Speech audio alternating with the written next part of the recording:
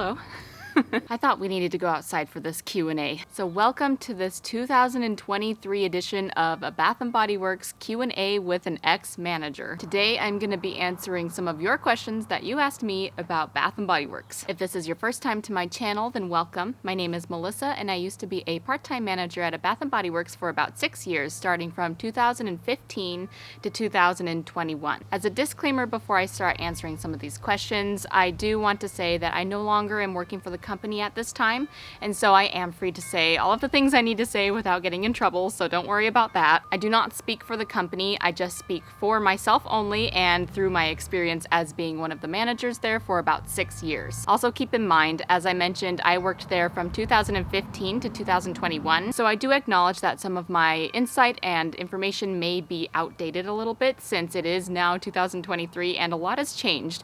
I do my best to try and stay in the loop, and I still have some acquaintances that work at Bath & Body Works that I am in contact with. I still shop there a lot, as you probably know. So even though I do my best to bring you the most accurate and up-to-date information, just do know that I am just a person speaking for myself, and that's that. All right, first of all, thank you so much for asking all of these great questions. I have so many to burn through, so I think that this video is going to be just the part 1 out of many parts, maybe 2 or 3. It depends on how long it takes me to answer these. I received questions from all over the internet, including YouTube, Facebook, Instagram, and even Reddit. So make sure you grab your cup of coffee and let's get started. First question, is it true that Bath & Body Works relabels fragrances that exist and don't really come out with new ones? For example, I've had 2 fragrances smell exactly the same with totally different names for both.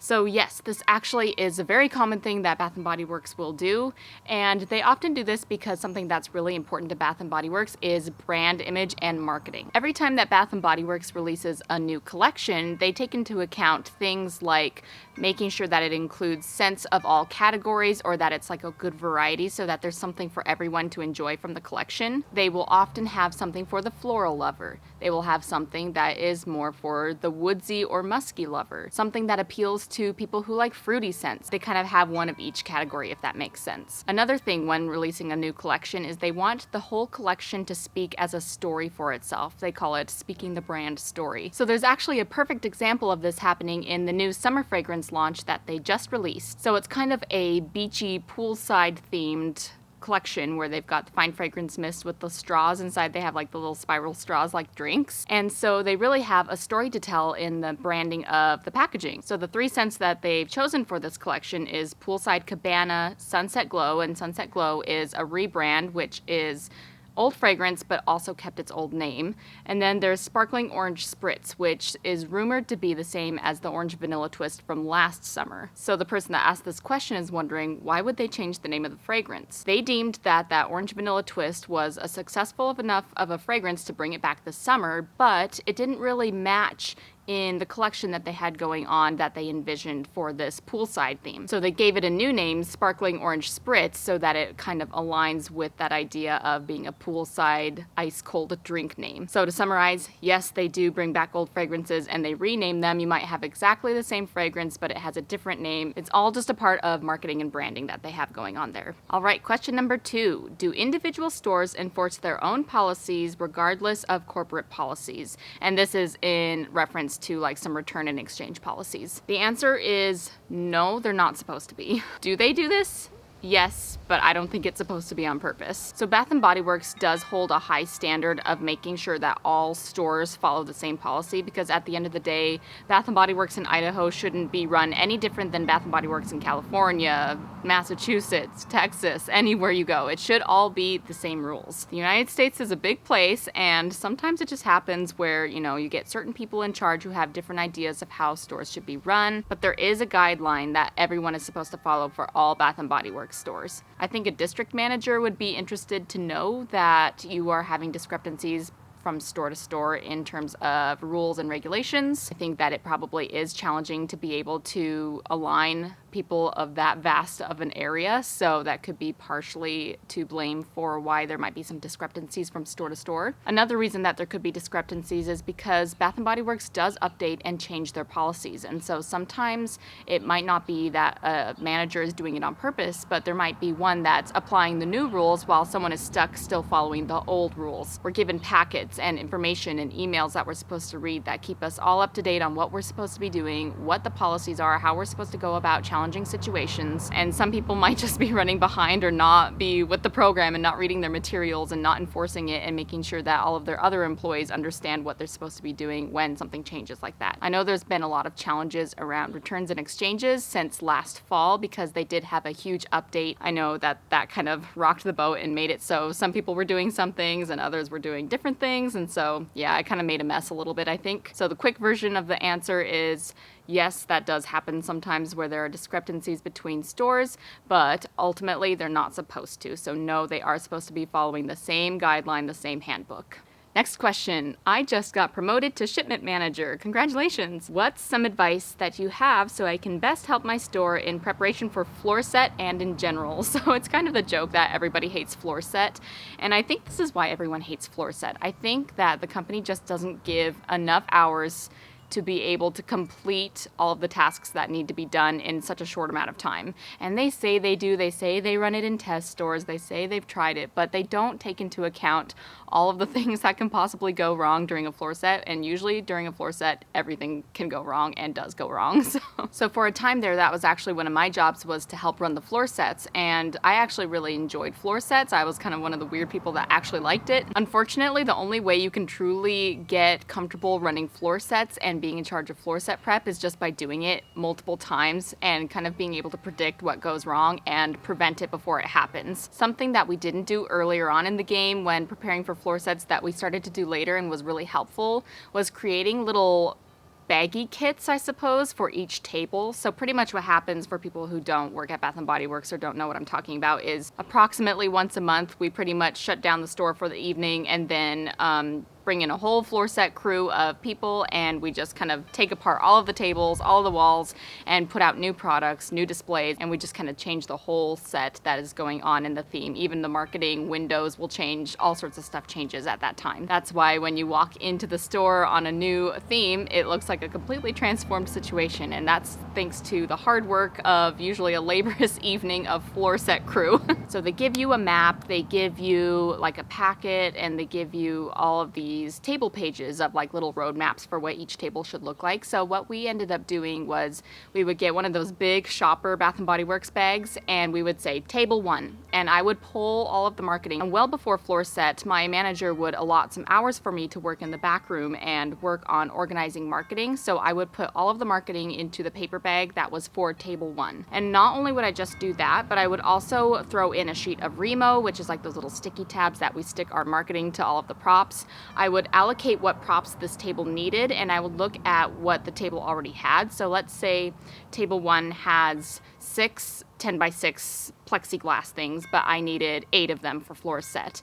I would make sure I would write that 2 are needed, and I would just do the math of what props were needed, because props were everybody's one thing that they just hated, and I hated them too when I first started, and it really took a long time to get used to what size meant which prop and where they were all located. And so I would do my best to already pre-locate these props, and if I couldn't grab them from offsite myself, I would at least write what was needed so that when it was time to go, everyone would already have their little what I need list already made up. And then the other thing that I would do during floor set prep that would really help is if the table had any displays in which you needed to cellophane wrap candles or hand soaps or do any little bow tying or anything like that, I would actually do that before and toss it in the bag. I also would make testers beforehand as well and put the tester stickers on, throw them in the bag as well. So that way all the person has to do when they come on floor set evening is grab their bag, go to their table, and literally just throw all of the materials from the bag onto the table. And it really helped speed things up. I feel like for my location it also helped because we never had the same floor set crew twice, because I'm in a college town, so we would have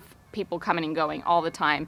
And so training people to do floor set was really difficult, and there would be never a time to train someone. So we would usually try and pair up someone who was a veteran at it and then someone who was brand new and say, okay, we're going to work together and just kind of watch what they're doing, learn what to do, and they'll guide you through it, and you can help them make the table since they already kind of know what they're doing. So I suppose those are my floor set prep tips. I think in terms of shipment, my biggest advice is to have an ongoing permanent weekly fill list. So what we used to do in my store was just walk the store with a notepad and write down things that looked like they needed filling, and that actually didn't work as well as it would just to say, okay, Mondays is for wallflowers always. Tuesdays is for hand sanitizers, always. Wednesdays for signature collection body care, always. And just do that every day of the week except for Saturday, because Saturday we'd usually have the highest traffic on those days, so we wouldn't have a fill day for that. So we wouldn't have a fill day for Saturday, but we would have every category represented for each day of the week. And what we would do is during downtime, we would have someone run in the back, grab a cart, and fill everything of that one category. So let's say Tuesday's hand sanitizer day. They would roll the cart in the back. They would take every single box of hand sanitizers that they could find in the back room, and it would go on that cart and just use that to fill periodically throughout the day. That way it really ensured that every single box had a chance to come out to the floor and see if it was needed. And that really helped with keeping the store looking full and fresh, and also keeping products from getting crusty and old in the back room too. Again, congratulations on your promotion and good luck. I like this question because it's really asking about a behind the scenes situation. I kind of answered it in my first question actually, but they asked, I've always wondered when a fragrance is discontinued, does Bath & Body Works still keep the formula and recipe? In other words, if they created a particular scent in the past, can't they recreate it again if they choose? So I'm not sure how they go about doing that. We already kind of discussed that yes, they do reuse fragrances, and sometimes a fragrance will even go away for 5+ years and then they'll whip it out again in a new name and everything. So yes, they do this. I just don't know how or what their vault looks like. I'm sure they've got factories and labs and situations where they've got a vault of recipes. That'd be cute if they were like on little recipe cards. But yes, I'm sure that they keep tabs and all of the information of how they make their fragrance and keep it kind of filed away for future use. I just wish that I knew more about that process and what that looks like, but I don't, unfortunately.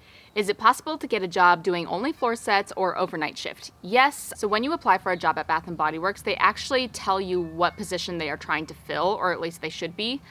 So that way you don't accidentally get roped into a sales position if you're just trying to do a floor set position. So hopefully it usually should be pretty clear what the expectation is going in for your interview. If you are uncomfortable with doing the cash register, the positions that would be more tailored for what you're looking for would probably be shipment processing or a floor set crew. I will say that if you are uncomfortable using a cash register, then that pretty much knocks out sales support, sales associate, and any of the manager positions. If you're going to be on the sales floor, then you're probably going to want to know how to use the cash register. But other than that, if your store is looking for someone to process shipment or do backroom work or floor set, and sometimes even seasonal positions when they just need a couple extra hands kind of cleaning the back room and doing floor sets, then I think that that might be the best choice for you. Why won't they bring back some of the retired scents? Maybe the recipes are lost in their vault. Since my perspective from working there was more as being an in-store person, not necessarily the behind the scenes of the creation of the products, I can't 100% answer that with total accuracy, but I can give my best guess. Everything to do with decision making with Bath & Body Works boils down to money. So if they think a fragrance isn't going to bring them money, they're not going to bring it back. If maybe it had a bad track record last time, or it was released for too long and it died down in popularity, that could be a reason why. They try to keep up with trends, so they want to make sure that they are choosing fragrances that are popular with their audience that is shopping today, which could end up being a different target audience than what they were selling that original scent to. Once again, with telling the brand story, they want their collections to make sense as a whole. They want their whole store, all of their fragrance collections, to tell a whole story of what they're trying to portray through their fragrance and their marketing and their packaging. So if they don't see a means of it making sense fitting into the whole piece of the puzzle, they're just gonna not bring it back. And also, if they haven't brought it back and it's been a few years, never say never. I have seen them bring back some really old fragrances before, so it still can happen, so don't lose hope, I suppose. Also, when they're creating brand new fragrances, sometimes they might be deemed too similar to some of those old fragrances. For example, if they have a new scent that is coconut and lime themed, they're less likely to bring back an old lime or an old coconut scent that they used to have. Usually they like to keep as wide a variety of fragrances as possible in store so that there's something for everyone, so that is also taken into consideration. So if there is a new fragrance that is similar but different than the old fragrance that was retired and it's performing better in sales, then they're probably going to prioritize that fragrance over the old one. So that's just a couple reasons, I think, as to why some scents we don't see come back. This is a really similar question. How does the company determine what retired scents to bring back? So we've kind of already talked a lot about this, but I will say that during semi-annual sale, they've kind of been doing this thing for the last few years where they bring back their 90s fragrances and they have like a line of throwbacks. And I think the way they determine which fragrances to bring back for that is they just put them on rotation. So even though we saw Cucumber Melon come back last winter, they're gonna be bringing it back again this summer because it's Cucumber Melon's 25th birthday, if you can believe it. That's pretty old for a Bath & Body Works fragrance. So I think they're really going to play on that birthday theme for Cucumber Melon. And so that's a really good reason to bring it back because it's kind of a big landmark for it. So sometimes they do things for landmark reasons like birthdays and anniversaries and stuff like that. But ultimately, I think they just have a list of throwback fragrances from the 90s and early 2000s that were really popular, and they just take maybe 5 or 6 of them and just put them on rotate. Okay, so I wanted to make sure that I go through and prioritize all of the semi-annual sale related questions. So I'm at my computer now, and I wanted to get those answered for you all because semi-annual sale is June 3rd, so it is right around the corner. I want to make sure that everybody is prepared with all of their questions answered. All right, so someone asked, which is the best week to go in stores for 75% off items during semi-annual sale? So what I usually tell people is you kind of want to check back frequently if you have the ability to. It's a really wise choice to get there on day one, right as the gates open if you can, because that is when the store is going to be the fullest and have the most obvious hot picks of the 75% off and just the best pickings because it hasn't been picked through yet. I also suggest going in right at the end of semi-annual sale. Usually it runs for about a month. It always kind of depends just depending on what your store is looking like and how much inventory they have left to continue the sale. If you get the mailer coupons in the mail, oftentimes they will have when the coupon expires, like the end date, and that will actually be what tells you when semi-annual sale technically ends.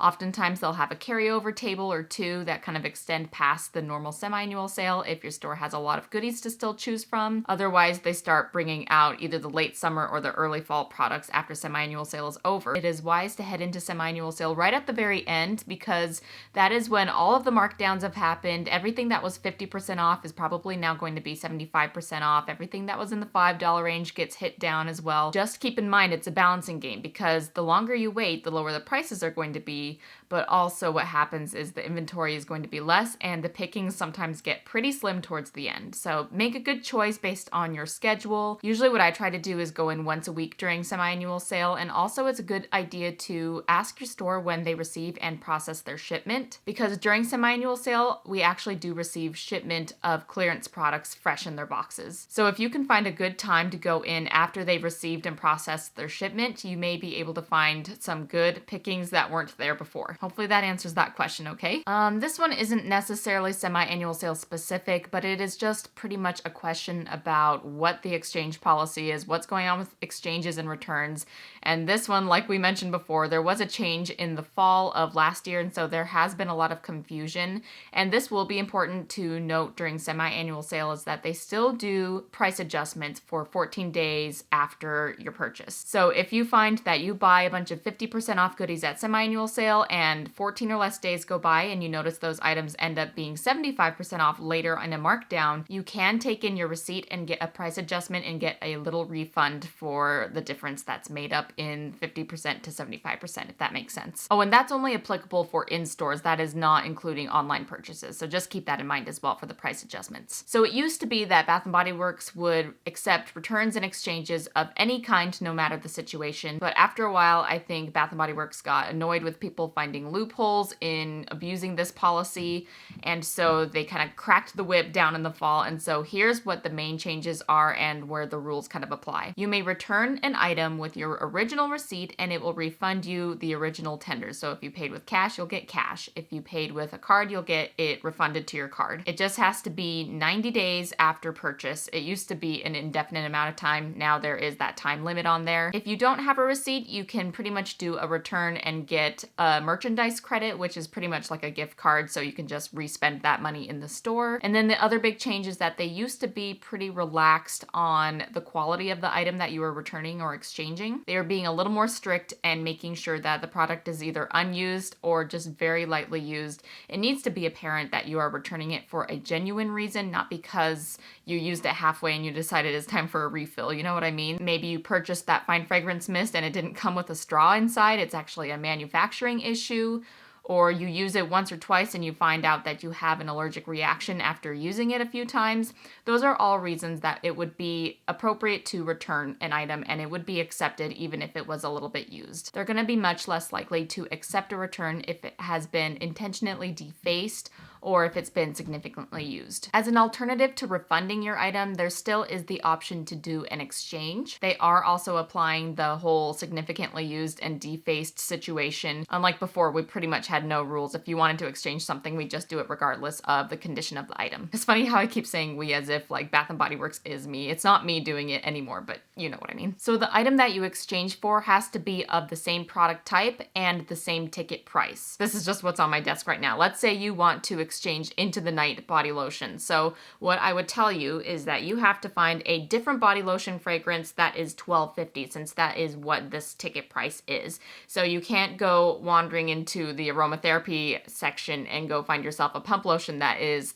ticket price of $13.50. You know what I mean? You would have to stay within its price range and just maybe choose a different fragrance that you enjoy better. Also, you wouldn't be able to do an even exchange if this were a lotion, but you wanted the cream version. You have to stay within the body lotions. So that is my understanding with what has changed with the return and exchange policy. Also, if you are ever confused or you're not sure what to do, always call your store and ask. They are more than happy to explain something to you before you come in and do it. If you are uncomfortable about having that face-to-face interaction, calling the store and asking is not a problem. Also, do note that they are all just humans that have to use discretion to determine whether or not they think that your item is eligible to be returned or exchanged or not. So do understand that sometimes there's going to be some differences from store to store, and that can't really be helped. Everybody's different, and every store has a different set of employees. If I moved, it's because I did. So I think I've got all of the semi-annual sale questions answered for now, and let's close up with one more question. So if I didn't answer your question in this Q&A video, just know that I will be making a part 2 Q&A video a little later on, so I will just include it into that video. This person wants to know what kinds of things were included in the art stuff line. If you know me, the art stuff collection, that is like my expertise. That is my favorite topic. It's my favorite thing about Bath & Body Works and the thing that makes me the most happy. I love talking about the art stuff collection, so don't even get me started. Or do get me started, I guess. So the art stuff collection is super interesting to me because I feel like it just encapsulates a time period that was so iconic, and that is the Y2K era. For those who are unfamiliar with what the art stuff collection is, it was actually a collection of products geared towards kids, and it was running from the late 90s to the mid 2000s, about 2005. And it was one of the earlier things that Bath & Body Works did that really set them apart from other retailers in the hygiene industry. It really was like the embodiment of what people were feeling the vibe and the aesthetic was during those times. It looks like something that people are trying to recreate, but it really was actually what was cool then. And it included lots and lots of glitter. Something that was really a popular theme was planets, space, stars, kind of the futuristic situation. I really like the 90s and 2000s fashion because it really played upon the combination of enjoying what was popular in the 70s, like the groovy, the flowers, the colors, the beaded curtains, the lava lamps, all of that kind of stuff. But then it included elements of this futuristic, new millennium, spaceships. You know, you think of Disney Channel releasing Xenon, where it's like a girl who lives in outer space, aliens, planets, Lisa Frank, rainbows. It's just a really interesting combination of the two, and I just love that. And in this art stuff collection, you can really see that influence in there. So in terms of forms, they did have some home fragrance. I know for sure they had wallflowers and wallflower plugs that were night lights. I don't really remember so much candles or room sprays or anything like that, but I do know for sure about those night lights. And once again, this was geared towards teenagers and children, so I think it makes more sense to have night lights and a plug-in fragrance than it does to have something lighting on fire for kids. The main thing that they had going on was body care. They had swirly lotions where they had the standard white lotion that was creamy, and then swirled in was like an aloe gel kind of layer. Pretty much all of their body care had a glitter and a non-glitter version, and then they had the glitter with the lotion. They had body splashes with no glitter in it, but they had like these little gummy balls inside that just kind of looked like little planets or something. Once again with that intergalactic kind of theme. And the spray itself was like a thicker consistency. It also had aloe in it so that it was thick, so it felt good on the skin. That way the balls could be kind of just suspended in the liquid. They had Body Splash that did have the glitter spray, and they were like in a little spritzer spray bottle, so that was kind of iconic of the 90s and 2000s, was those little spritzers. I don't really recall any body scrub or anything like that. They had body washes, of course, some with glitter and then some without. Actually, one of my earliest memories of being aware while showering, I guess I had to have been like 3 or 4 years old. I was using this Art Stuff shower gel, and it was this one here. I actually have a picture I can show you, and it was in the fragrance Electric Apple, and it had beads suspended, kind of like, you know, those beads that you would make friendship bracelets with. It had like those, and then it was like the color of apple juice, the shower gel was, and it had like this skinny little red nozzle, and you could like drizzle it. And that was one of the very first shower products I ever have recollection of. And so that is burned very strongly in my mind, and I wish I had that still. They did also have nail polish, and they had like kid-friendly makeup. So like maybe little things for your cheeks to put glitter or like little rosy color on there. I know they had like little frosty eyeshadow palettes and lip gloss, lots of lip gloss, sticky, glittery, swirly lip glosses in little pots like that too. Once again, all of the makeup was more supposed to be like for fun makeup, like play makeup kind of, because it was for kids. And then of course the iconic 1990s roll-on body glitter. That was super important. That was like the main feature. So as for fragrances, here's the fragrances that I know of for sure. There was Goodness Grapeness, Blazin' Blueberry, Electric Apple, Stylin' Strawberry, also a Sassy Strawberry, Melon Mania. I know during Halloween they had like a Halloween limited edition that was a candy corn scent. Oh, so cute. And then in the summer, same thing, they had a limited edition that was sherbet shake, Charmin' Cherry, Fruity Cutie. And then they also did like this thing where, once again, with the whole stars and planets type of theme, they had like a star signs body care collection. I think that was Art Stuff collection with, of course, lots of glitter and stuff in it as well. I think there were some limited edition winter and Christmas ones too. I think there was a Jingle Bell Blossom. Something with the name like Snow Angel comes to mind. I think there was a Starry Sky or Starry Night or something like that as well. And that's pretty much all that I remember / comes to mind when I think of all of the different fragrances that I've noticed. I'm sure there were many more that I am unaware of. I do actually still have a lot of these products from when I was a kid still in my kind of collection stash that I don't plan on using. And it's actually my long-term goal to try and find at least one of every fragrance in the Body Splash. I think that probably is an unrealistic goal because these are so old and borderline non-existent anymore, but I can try. I actually love this topic so much that I was hoping to, in the future, make an Art Stuff history lesson type of video or something like that. You'll have to let me know down in the comments below if that is a video topic that you're interested in. It's one that I'm very fascinated with, and as you can tell, I could talk about it for a really long time. So let me know if you're interested in learning more about the Art Stuff collection, and I will be happy to make a separate video for all of that. Stay tuned for my part 2 of this Q&A. Thank you so much again for asking all of these questions. I really appreciate it, and it's a lot of fun for me to answer these. And I will see you in my next video next Monday. Bye.